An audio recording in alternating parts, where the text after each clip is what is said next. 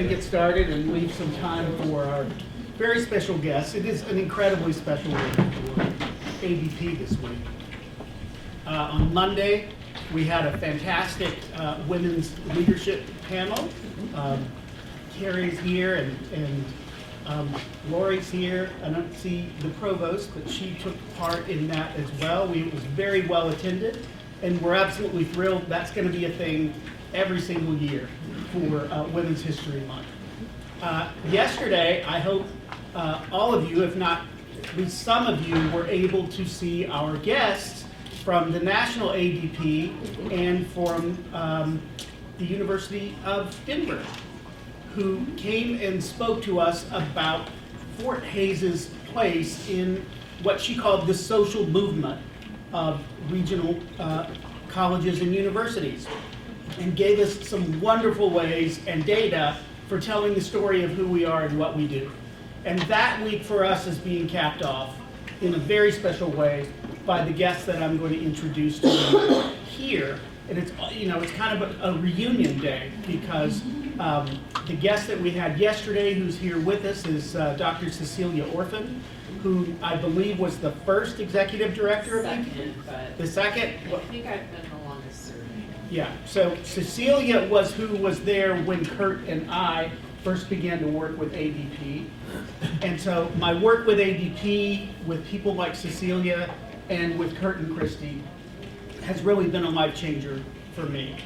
And I don't want to take too much time because I know they're going to tell you about all of their work, but what I can tell you is that I really have never worked with people whose lives and whose expertise have been so profoundly deployed in the work of civic engagement and advocacy. And even though they're experts and they can tell you all of the deep theories of what they're doing, from what I have seen of my friends and their work, it really boils down to how do you show up as a citizen for your community, for your country, and for the people that you love. It was a deep honor and privilege to be able to work with them, and it's with gratitude and deep honor that I want to introduce our guests, Doctors Curt and Christie Brungardt, who are going to talk about their work.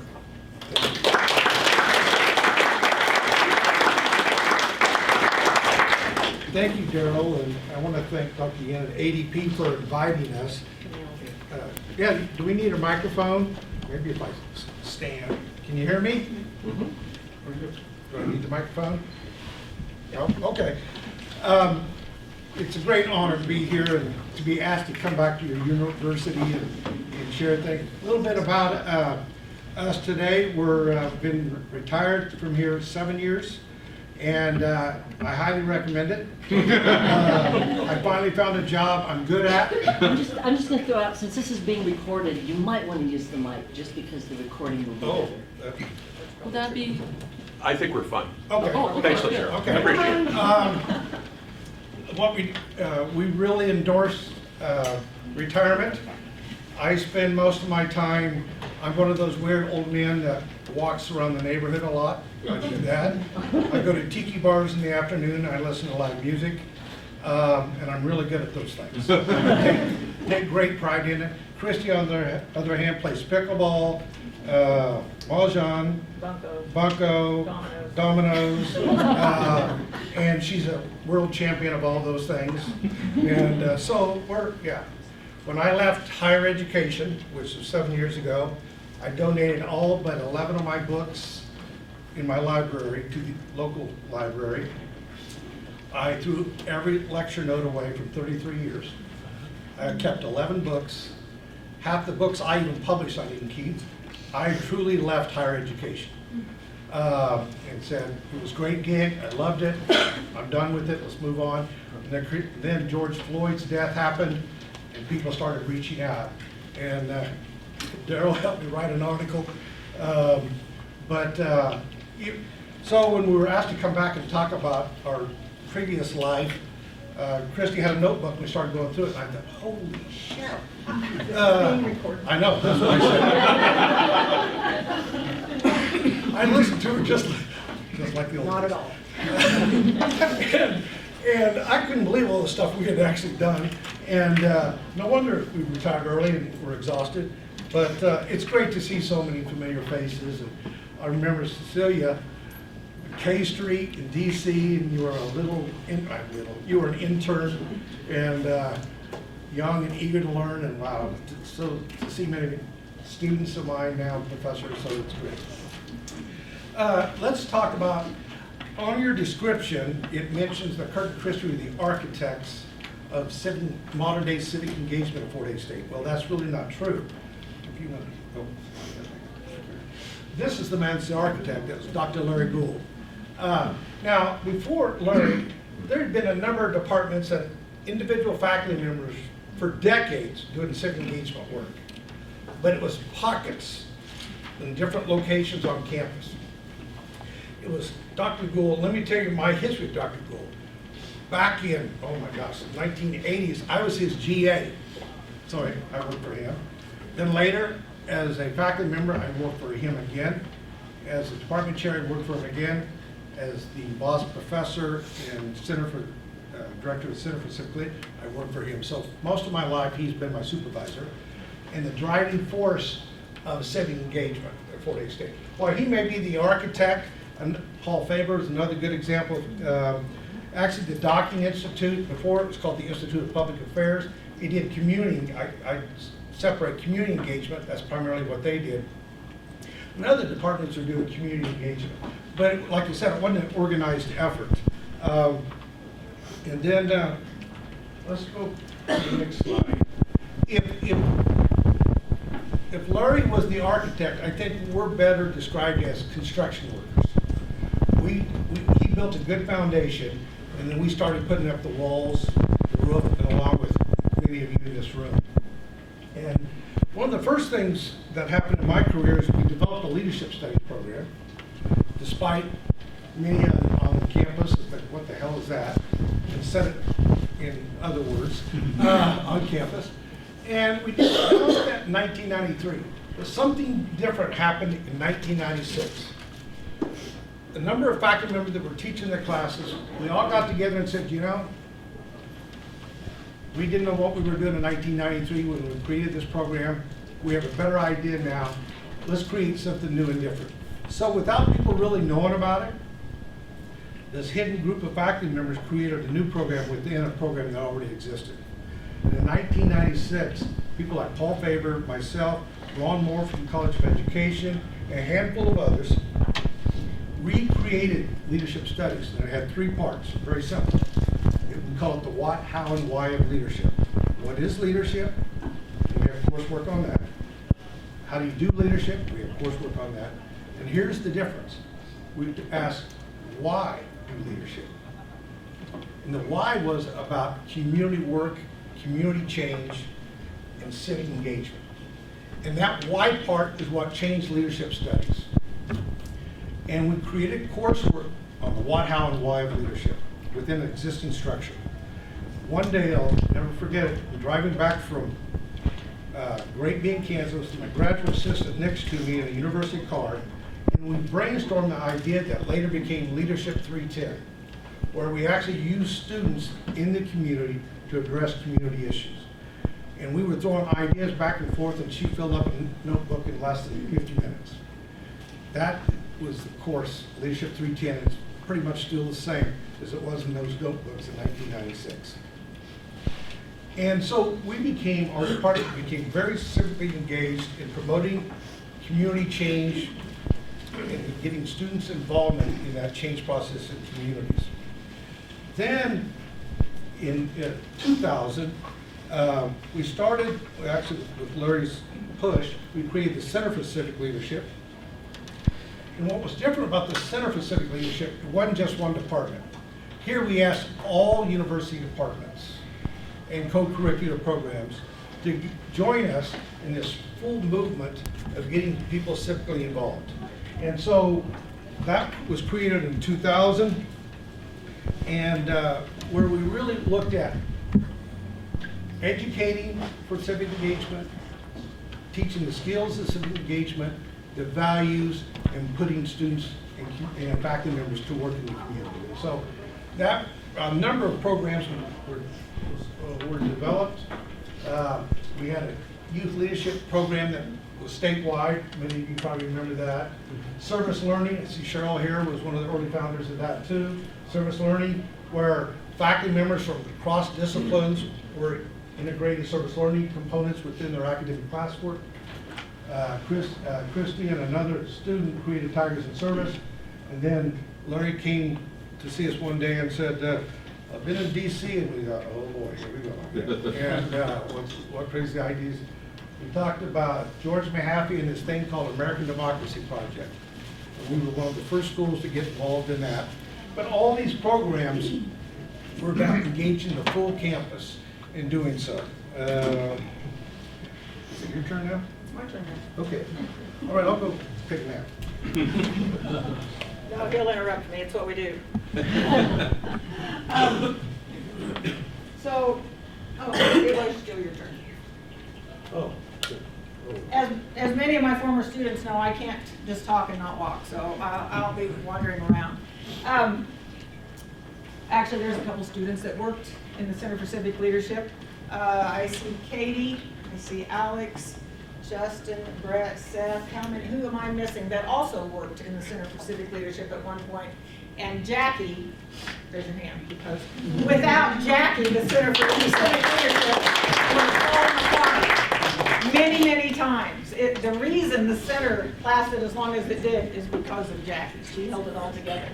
But I'm going to go through a bunch of the programming that we did. There is absolutely no way now that I can get through near all of this. But even if you see this big book up here that I put together, when I was putting that together, he thought I'd lost my mind. And he's like, why are you working so hard on that? When we were getting ready for this presentation, oh, he was so happy to have it. So I also want to say before I get into our programming, none of it would have been possible at the level it was done without amazing students. We had so many students involved in all of these programs, and I cannot forget them because none of this would have happened without students. Every single program that you're going to hear about was either started by or run by students at one point in time. So as Curt mentioned, we were really doing service learning before we even created the Center for Civic Leadership. Cheryl Duffy and I were somehow picked to be statewide service learning consultants, where we could go around and help other schools understand how to integrate a service component into an academic course that would help students learn more about their academic discipline while also helping their community. And so we had this service learning committee, and we actually had students on that committee, I think, always. And so we really started heavily in service learning before we started the Center for Civic Leadership or the American Democracy Project. And one thing that we also did, in that 310 course in leadership, we had a service component. There was a service learning component integrated into an online course. And Larry kept saying, and I was teaching it, which I didn't have a clue how to do that. I haven't been here as long as he has, though I'm older than him. I didn't have a clue how to do it, and he's like, well, figure it out. You just gotta figure it out, because we gotta have it. So I did, and Larry said, Christie, you've got to write that up. Nobody's doing this, service learning in an online course. And I was so new to higher ed, I'm like, what do you mean write it up? I didn't know what that meant at that point. And so he helped me, Curt helped me, I wrote it up. And actually Curt and I were invited to come to South Africa to a service learning conference and present about service learning online. Well, that was a perk. That was a pretty cool thing. And so service learning really was kind of the foundation here. We had, we had a service learning committee. We did all kinds of service learning workshops for the entire community. Service learning community agency workshops. At one point, we had a service, I know I'm such a nerd, I even kept the numbers. In my book, I found at one point we had a campus community service learning workshop that we had almost 400 people come through. A little over half of them were students, and the rest of them were faculty, staff, and community members. That's when you can start to change a culture, when you can get that many people involved and on the same page. And so service learning was really key to getting us kicked off on this path. Another thing that we didn't have at that time at Fort Hays State that every other Board of Regents school had was a student volunteer program. And so, we're asking around, well, why don't we have that? And Larry said, well, nobody ever started one. So we did. So Kelly Kuhlman Parker, some of you will remember her. She was amazing. She's still amazing. I still go to Colorado to see her on a regular basis. And this was a long time ago. She's got kids in high school now. Kelly was really interested in this program. And so she and I went to KU to learn how they run their student volunteer program. We called K-State to see how they ran their student volunteer program.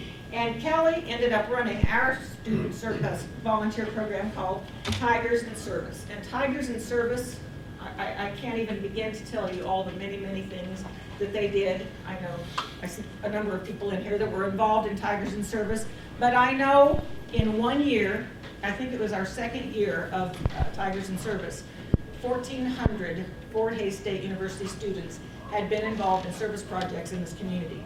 That's how you change the culture of a campus and a community, when you can get that many students involved. Alex, didn't you run Tigers in Service? No, I was the Global Leadership Project. Global Leadership Project. I can't keep track. I know what Katie ran.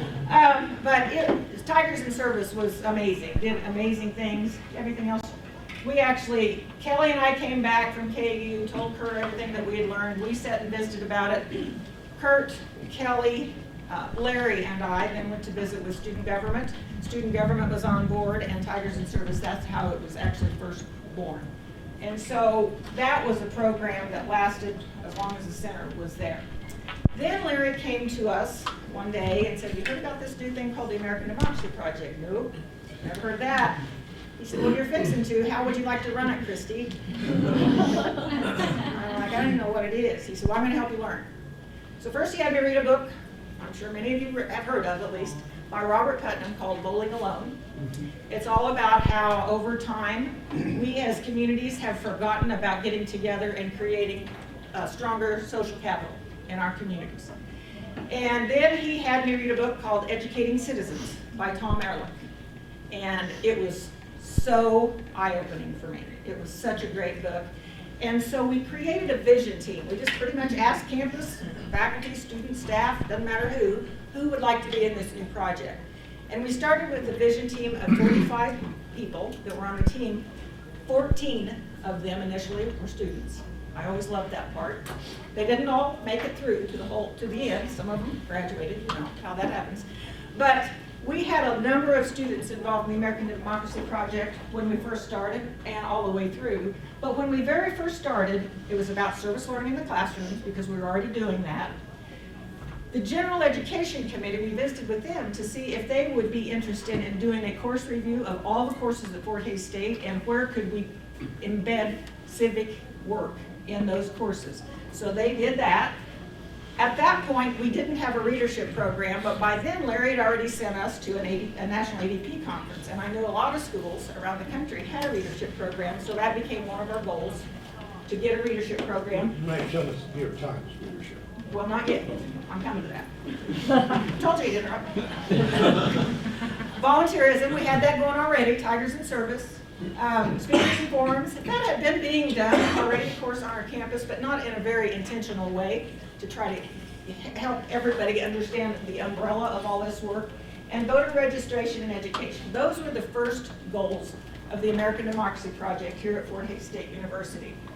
And then another thing happened that Larry called me about. And he called and said, "Christie, we have an alum who actually owns some original Benjamin Franklin letters. And he wants to donate them to the university. What could we do with those?" And I said, "I don't have a clue." So I thought about it a lot. We talked about it a lot. And I kept thinking about how can we show the young people of the Hays community these letters and help them learn about Benjamin Franklin and about the Constitution and about that time. And so I went to visit with the folks in teacher education. And they told me that where you learn about that in K-12 school was in 5th grade and 8th grade. So I called some 5th grade and 8th grade teachers, telling them by then we had these letters here and they were in the library. would they be interested if I could put together a day that we could bring 8th graders in the morning and 5th graders in the afternoon? And teacher education students were going to create activities based on Benjamin Franklin's life that would help, so they would be at different stations running through that all day. And guess who was going to help run the shows? Tigers in Service, of course. And so we had college students from all disciplines there helping guide these students around, teacher education students leading these activities to help 5th and 8th graders run through the day, or through their morning or their afternoon. And the Daughters of the American Revolution got figured out or heard about what we were doing, and they asked if they could get involved. And so they became very highly involved in this project from the community. And we ended up having 1,400. We ended up, Victoria and Ellis even brought some students over. And we did this for several years. And in 1 year, we had 1,400 students go through the Benjamin Franklin papers. And it was an exhausting day, but it was so cool. It was such a great day. So that's the Benjamin Franklin papers. Here is the day. So we had the American Democracy Project on our campus for a little over a year. And one day, the national director of the American Democracy Project, Dr. George Mahaffey, actually helped. Cecilia could help us more with this. He helped create this program, but he was the driving force behind the American Democracy Project. He had called Larry and said he would like to come to our campus because we were doing so many things. So Larry called me and said, okay, George is coming. You're going to need to organize a bunch of community people to meet with him, a bunch of faculty to meet with him. And I'm like, I was like spooked. Here's this big star guy coming from Washington, D.C., and I don't even know what I'm doing. But we did it, and it worked out really good. And George came and got to be a part of all of the different programming things. He got to see it all in action. So that was really cool. And Cecilia worked with George directly, and he did pass away. No. Good. I'm glad to hear that. I just texted him this picture. Oh, good. Sorry, George. Still alive. He's no longer there. No. He retired. He retired. retired. He's not as good at retirement as you two are. 'Cause he's still We're good. consulting, but- We're rocking. Yeah. He's kind of counting it. So now I'm going to go through a little bit, just some quick things. Once again, the English department, I'm sure because of Cheryl, but was a very early adapter to lots of service learning. And so you can see a number of their faculty had embedded service learning into their courses. Here you'll see Dr. Mary Martin, who had embedded she embedded service learning into, where is that? Her strategic electronic marketing course. Now, if you can embed service learning into a strategic electronic marketing course, I'm pretty sure you can embed it pretty much anywhere. I also wanted to pick on Carrie. I looked through this book because one of the coolest things that as a result of the American Democracy Project is because of Carrie Simpson Bose. Would you tell them, I could not find a picture of any of your things. Would you tell them a little bit about yours?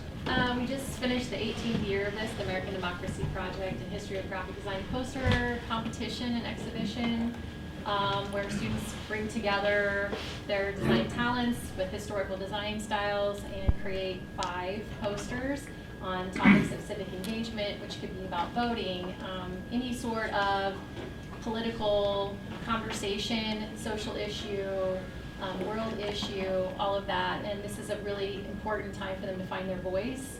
And it's a very uncomfortable process, very difficult, but it is literally one of their favorite projects and truly one of mine. So yeah, 18 years. And I love that. Because when you talk about changing a culture of a campus and a community, it can't be one time. It's going to take years. And in 18 years of that, I can promise you some of those young people were impacted and took that with them to their next community. So thank you for all of those years of that. So the music department got very, very actively involved. And in fact, one semester, pretty much everything centered around anything to do with the American Democracy Project. Political science, of course, it's a perfect fit. Here's Shayla Mills. Down here, Shayla is working with high school students, and this was her pre-law. She did that through a pre-law class. She had students involved. Shayla also did, Daryl, you could tell us more about it, but she did Constitution Week, right? Yeah. Week every year. She did a big week around Constitution, about the Constitution and all the things that we don't know that we should know about the Constitution. And so, Shayla, you want me to leave that up there for a minute? For just a second. Okay. So we're talking about memory lane here. No kidding. So when Curt said to you earlier, we were the construction workers, there were a whole bunch of construction workers on this campus. A whole bunch, and I'll point to some of them right now. We could have never done it by ourselves.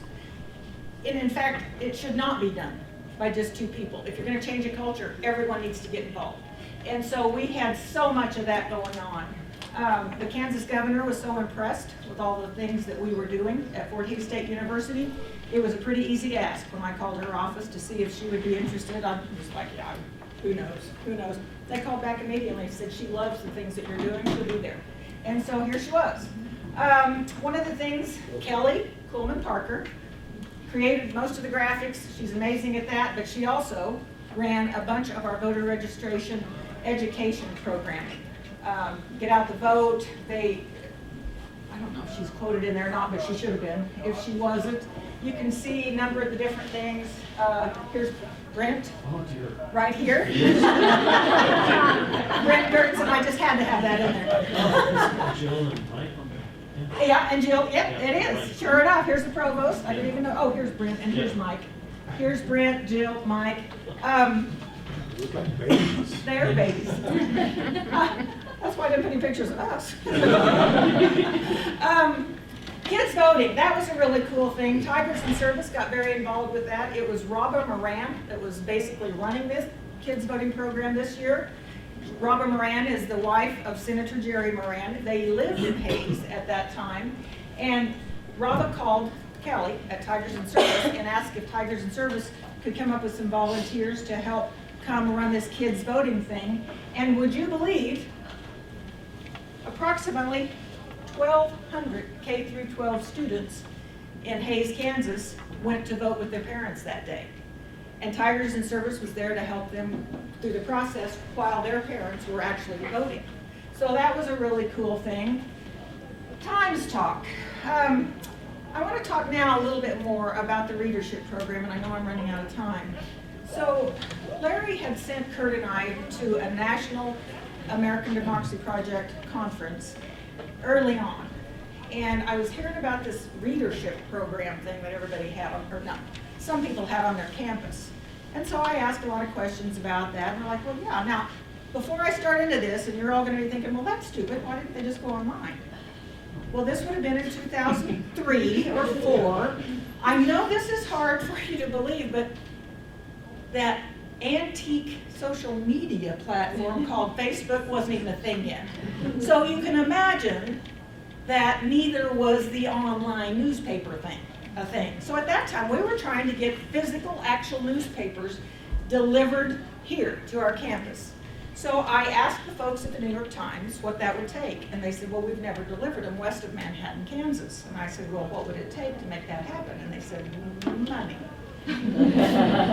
So I come back and I'm telling Larry, I would love to get this thing started, but it's going to take some money. And Larry, being Larry, figured it out. I don't even know exactly how or where, but he got the money. And for several years, we had physical newspapers delivered to Fort Hays State University. The Hays Daily News heard that that was happening, and they're like, could we have our newspapers there too? And I said, well, yours would have to be free. And they did that. And they did that. Some of you probably remember that. We used to have stands sitting around in every building, and you could either get a New York Times. Those newspapers, New York Times, were printed in Columbia, Missouri every midnight.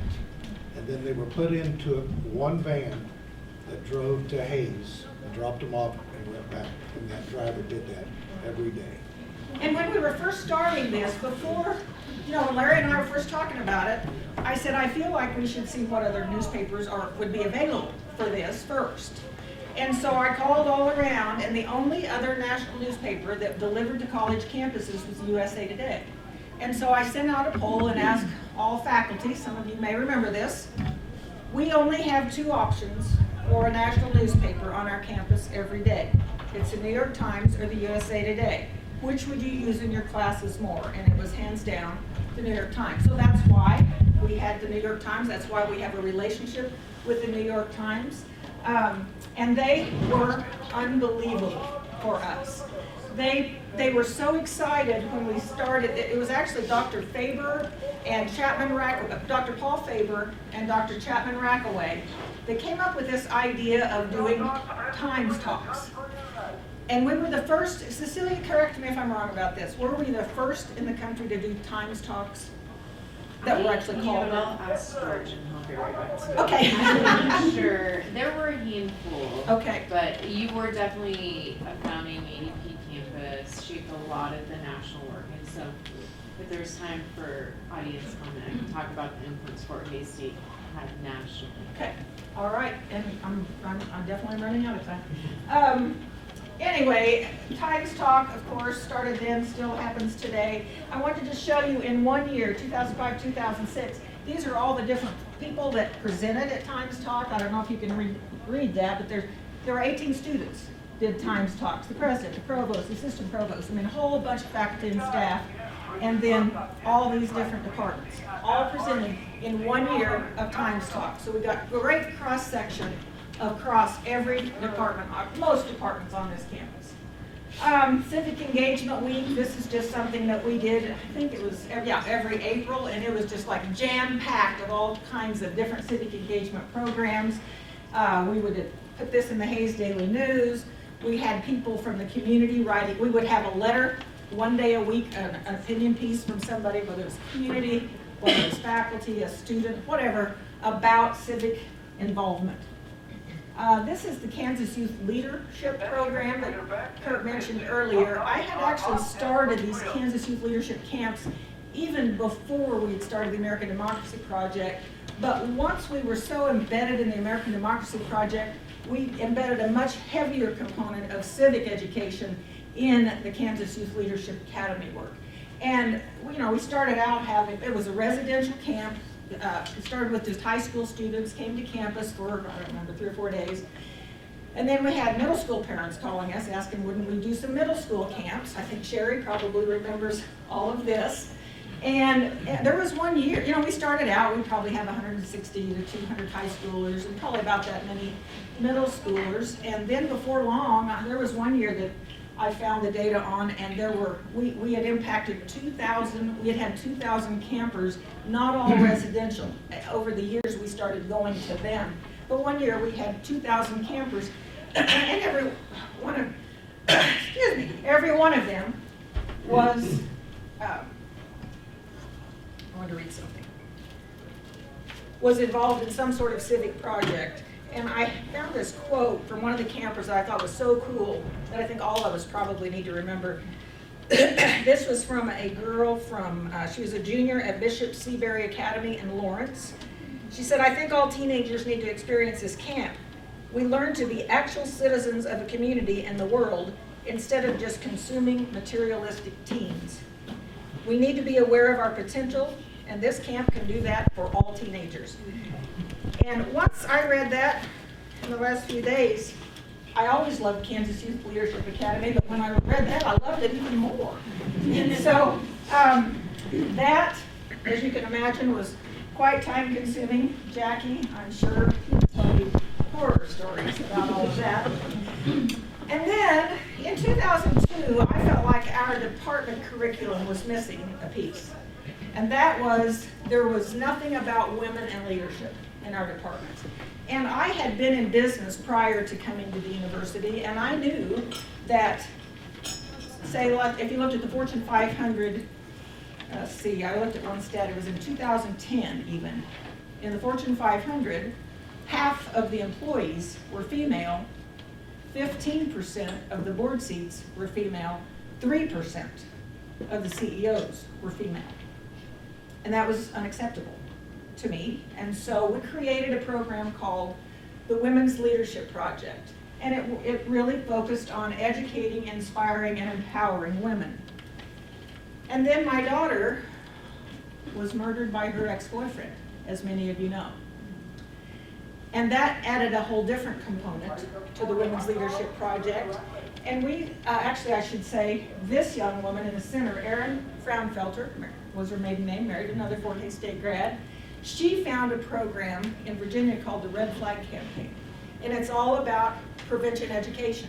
How do you help young people understand about healthy and unhealthy relationships? And so we started doing a thing every October. From October 1st to the end of October, we did the Red Flag Campaign. Oh, and we had, what happened here? We had so many programs going on throughout that month. That was a program that, I see Alex back there, Alex and Katie. Now I'm speaking your language, aren't I? They were so involved in all of these things. But many of you that were here on campus, I'm sure, remember about the Red Flag Campaign. We did it for many years. We got very heavily involved, especially Katie and Curt, working with Fort Hays State University athletes about what is good and what is bad in terms of relationships and behaviors and values even. And so that ended up being a very, very big project. I thought just in case Katie was here, I would put her up here because I want all of you students to understand that Katie used to be the student director of the Women's Leadership Project, and today, oh, no, I don't need you. Today, she is, for the last 8 years, the executive director of Jana's Campaign, the program that we created after our daughter was murdered. And so there's all kinds of employment opportunities from this work as well, is what I wanted to be sure and point out. That is, I kind of had that out of order. Another thing that we did in the Women's Leadership Project was create a statewide Women's Leadership Conference. And we did that conference for, I believe, 7 or 8 years. We started it downtown, then ended up having it here on campus. We actually ended up with a civic component to that because we ended up doing a clothes drive, but we then donated clothes to different places for women.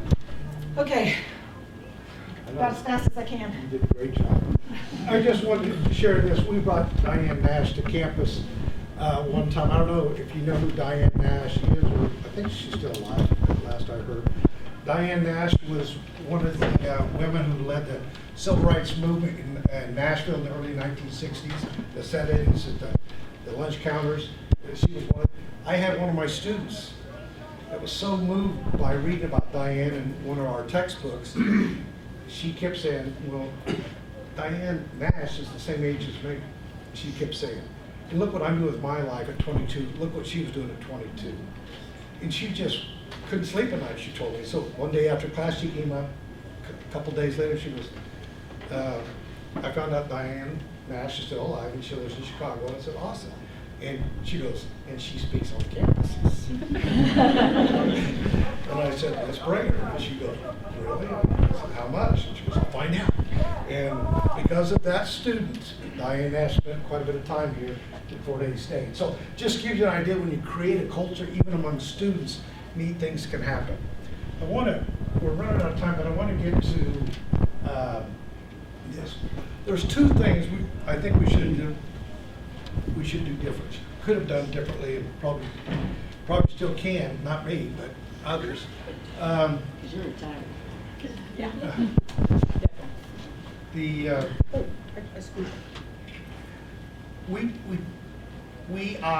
We took certain things for granted about the education of our young people, about the foundations of our government. I made the assumption, maybe because I was a political scientist, that the kids that were coming to us had a basic foundation of how our government works, and that there were some shared values to some degree within that. And as I look at our society today, I think that's missing, that the civic education and engagement, and that somehow some basics that I made the assumption, we made the assumption that we all knew as 18-year-olds was there.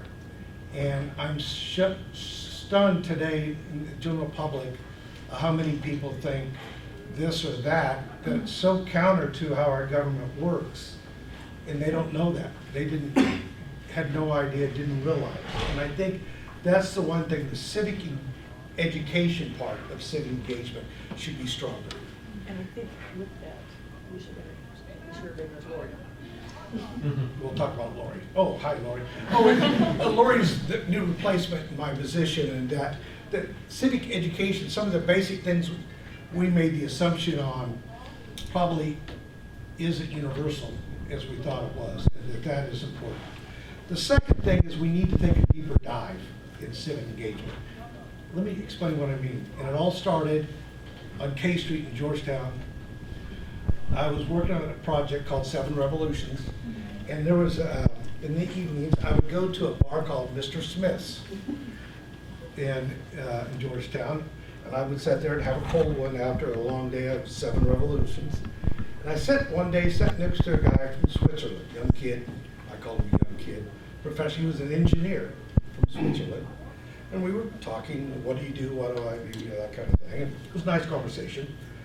And he said his fiance works for a program, Doctors Without Borders, if you know what that is. And I said, well, that's awesome. And he goes, no, it's not. Especially after I just told him, you know, what I do. And I thought, well, that's great. He goes, no, it's a joke. I said, really, explain. He said, you know, you're right. They go in there and they put Band-Aids and they help solve certain issues. But the problem is, because they're apolitical, they're not really addressing the issues behind the diseases. They're not getting to the issues of poverty because certain governments have to do things differently. What they're doing is, if you have Doctors for Borders now, in 400 years, you're going to need them again. You still always need them. And so here's this guy, this engineer from lecturing me, correctly so, about taking a deeper dive.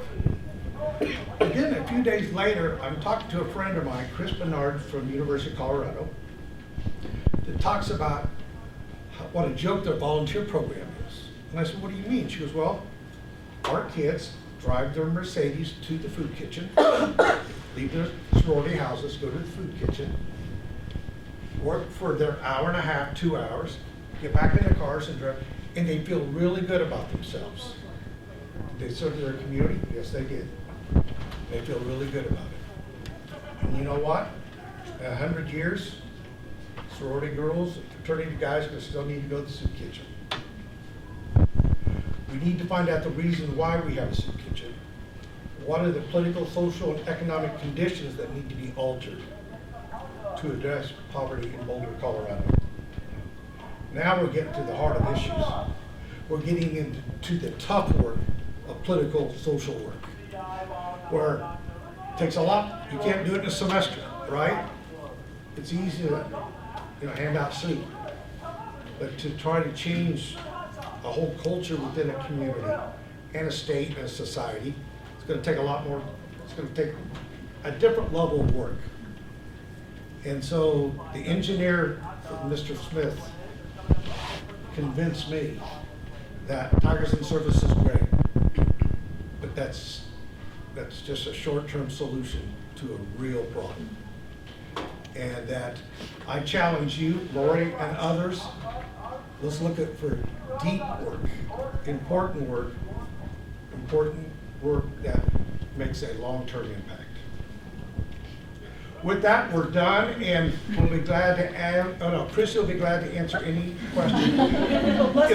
Let's let Cecilia talk first, and then if anybody has questions, and I'm sorry we talked so long, but 2 college professors, 1 hour, what is it? I'll just say briefly, so I directed the American Democracy Project from 2006 to 2011. It was the 3rd year of the project. It was supposed to be a 3-year project. We thought we'd fix democracy in 3 years. Turns out we need more time. And Fort Hays State was one of the founding members, thanks to Larry Gould. Larry served on the steering committee for the project for many years.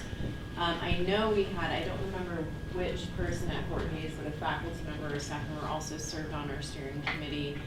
And a lot of what took place on this campus, like the way that they did Times Talks, Tigers in Service, the service learning programs, we would have them share your programs at our national meetings, and other campuses would replicate the work that you were doing. So this campus has always been a leader and a visionary leader in this national project, and there's around 250 colleges and universities around the country that have replicated the work that's happened on this campus thanks to your leadership, out of Larry, Daryl and his wife, Shayla. So I just want you to know, when I spoke yesterday about Jorge's place in the movement, you also have a very important role in this broad national project that still exists today, and it's still changing the lives of students and communities. So thank you for your leadership. I can say more, but I think that's basically the gist. Great, thank you. So are there any questions about anything? Curt wants to answer them. I have one, and this is probably a question that would take hours to answer, but our current students that we are recruiting are skeptical, they're scared, they're not sure if they should have their voice heard, they're not sure if they're going to be shunned, they're not sure if they're going to be made fun of. You guys are around the country and you have a pulse of the youth. If you were to give a 16, 17, 18, 19-year-old student a piece of advice about what to believe and what not to believe, what would you tell them? Read. That's what I would tell them. Read on their own. Don't just believe what everyone else tells them, and read both sides of an issue. That's the most important thing they can do, is read both sides of an issue, because what they're being fed is one side, regardless of which side it is. I would also tell them, I don't know what you would say, but I would also tell them, I've never seen the country this polarized, so it's not always been this way. I think young people need to know that. I'm 70 years old, and I have never seen the country as divided as it is today, and I've been saying that for the last several years, but it appears to be getting worse. And they need to know that. They need to understand this isn't normal. And there are things that can be done to get us back to where we can have civil conversations. And I also would say to them, if there is any place in the world that they should be able to have a civil conversation, it is on a college campus. Yeah.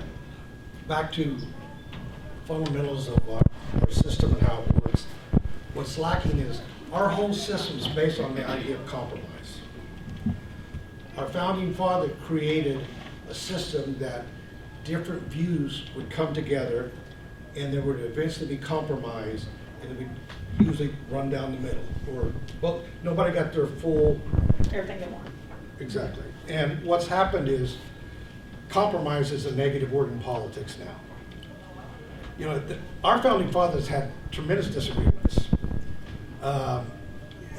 The Federalist Papers is an example of real difficult conversations of two camps in our founding fathers: states' rights, federal rights. But what was under both of those positions was the idea that we would eventually blend together, and what would come out of that would be a compromise of some kind. And that really, and it's only been in the last 20 years that I've seen where, whether it's either side, the idea of compromise with somebody from the other party somehow is a negative thing.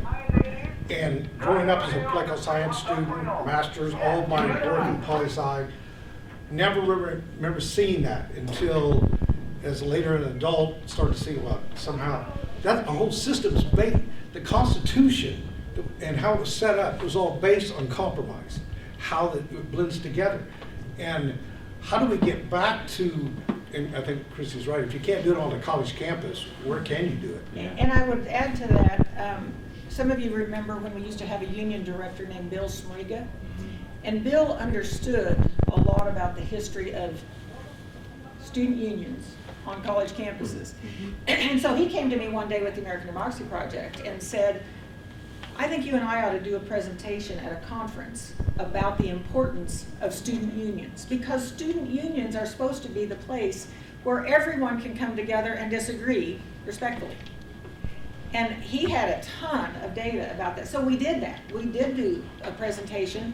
And then I believe George Mahaffey, somebody, asked us if we would come do more of those presentations about the importance of a student union and the ability for students to come in and say what they believe and feel safe. Higher education in this country was founded on the idea of educating for civic leaders. Harvard. It was the original purpose of higher ed. Harvard, Yale, and then eventually after the revolution, the whole idea of education among these top institutions was to prepare the next generation of leaders for our country. And then, of course, back in mid-20th century, it became specialized to prepare for careers. But it's always been there, the idea that colleges and universities were based on educating future citizens. Thank you for And- that question, and- John, but we Yeah. better see if there's another one, because we're really running out of time. Anybody else have a question? Yes, I'm losing my hair. And yes, I'm gaining weight. Okay, go What's back. that? So you talk about when you, like, all of this was getting started, from where I sit, it sounds like there was like, people were almost hungry for it, and there was like a lot of support from campus. Did you do something to create that support? So I feel like you can put together a great program, but if no one comes, it doesn't matter. It was a lot of hard work. Let me give you an example. Cheryl can attest to this. At Service Learning, we would do service learning workshops for faculty. And they almost felt like they had to come because the provost was their ultimate boss and he wanted this to happen.